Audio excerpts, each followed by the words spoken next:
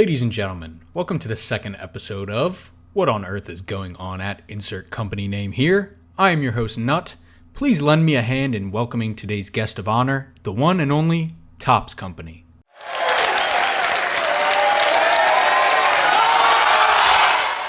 From rushed releases and catastrophic quality control errors, all the way to boneheaded business decisions, let's peel back some of the layers on this iconic American company.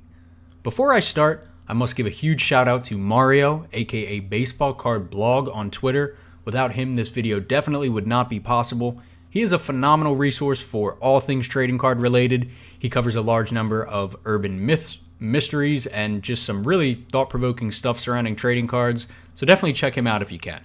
Now, without further ado, let's take a look at the Topps Company through time so we can try and answer the burning question, what on earth is going on at the Topps Company? Picture this, New York City, 1938. Before we delve into this world of fraud and deception that is Topps and not New York City, let's set the stage. The world is filled with post-war excitement. Baseball is the beating heart of sports in America. The quintessential American sports company is about to be formed. Four brothers, Abraham, Ira, Joseph, and Philip Shorin, have just moved their family's struggling tobacco distribution business to the heart of the city. This move brought more than just a change of scenery, as the brothers completely pivoted the brand. Trucks that once carried tobacco and cigars now carry candy and gum. The Topps Chewing Gum Company was aloft. 1949. 11 years after the big move, Topps made their first of many significant impacts on American hobbyist culture with Magic Photo cards. These cards, included as freebies inside gum packs, featured magical images that would appear when the cards were moistened and exposed to light. Among these cards were 19 baseball legends, including Babe Ruth, Rogers Hornsby, and Cy Young. 1952.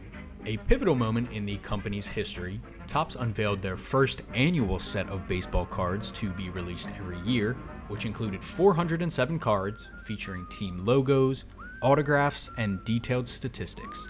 Designed by Cy Berger, these cards became a sensation, with kids eagerly buying packs containing 6 cards and a slab of bubblegum for just a nickel. This set includes stars such as Eddie Matthews, Willie Mays, and Jackie Robinson, and of course, Mickey Mantle. There's a fly ball out to right field. That ball is going, it is gone. Since their formation, Topps has continued to innovate and adapt yearly. Print-to-order cards, digital packs, and NFTs are all among the company's current offerings, in addition, of course, to the billion physical product lines that they release each year. Now that we have had a chance to reflect on this company's illustrious career, let's take a moment to address a recent controversy surrounding the company that is nothing short of absurd. Genuinely, it's one of the most absurd tales you'll probably hear this week.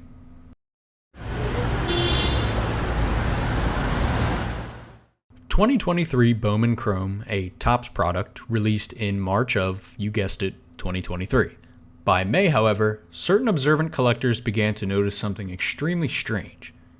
Certain cards that appeared on the Bowman checklist were nowhere to be found. Collectors convened and came to the consensus that as a hobby, certain cards, specifically orange and gold Bowman First cards, had not been seen being pulled in breaks. Moreover, nobody had listed any of said cards on eBay or Instagram. Twitter and Facebook yielded nothing as well. This was until early June. eBay listings and pictures of cards that collectors had not yet seen pulled until this point began finding their way online, and they were genuinely stumped as to how. All of the cards that were missing, you may notice, contain one small similarity. They were all supposed to be autographed, and many of them actually were, just not by the players contained within their borders. Nelson Rada, a highly touted Angels prospect, confirmed via an Instagram direct message that certain variations of his autographed cards were forged. Moreover, certain autographs passed Beckett inspections despite being forged with a completely different marker than that which Topps signees are provided as standard practice. One of these days, I'm genuinely going to have something good to say about Beckett. It's just not today. Now, this all begs the question as to when during the handling process these cards were stolen, so let's go a little bit deeper into this rabbit hole. Topps prints all autographed cards with a specific string of text that reads as follows.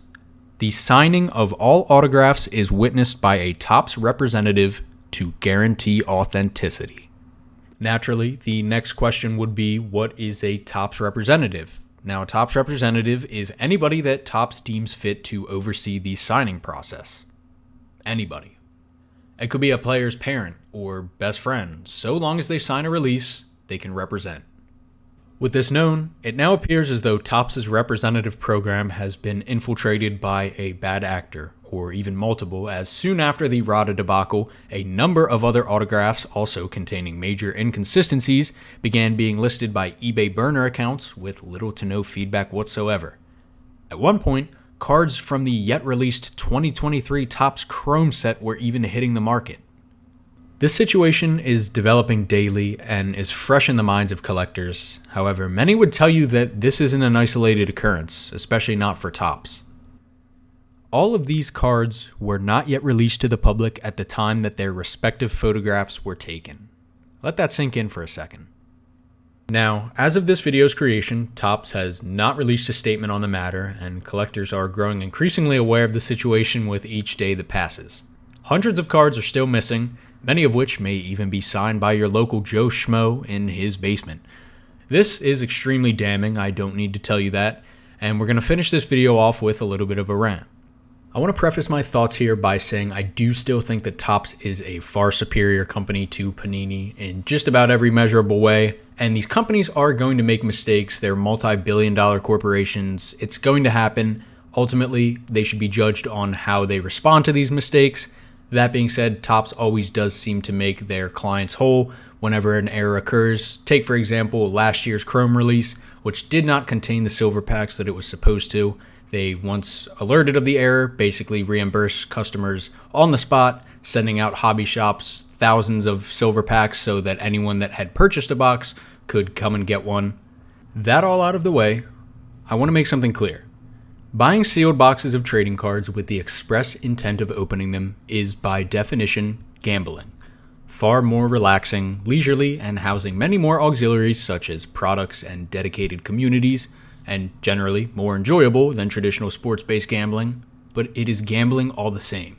Everyone and their mother buys a Mega Millions ticket once the 9-figure threshold is crossed. It's something of a cultural phenomenon.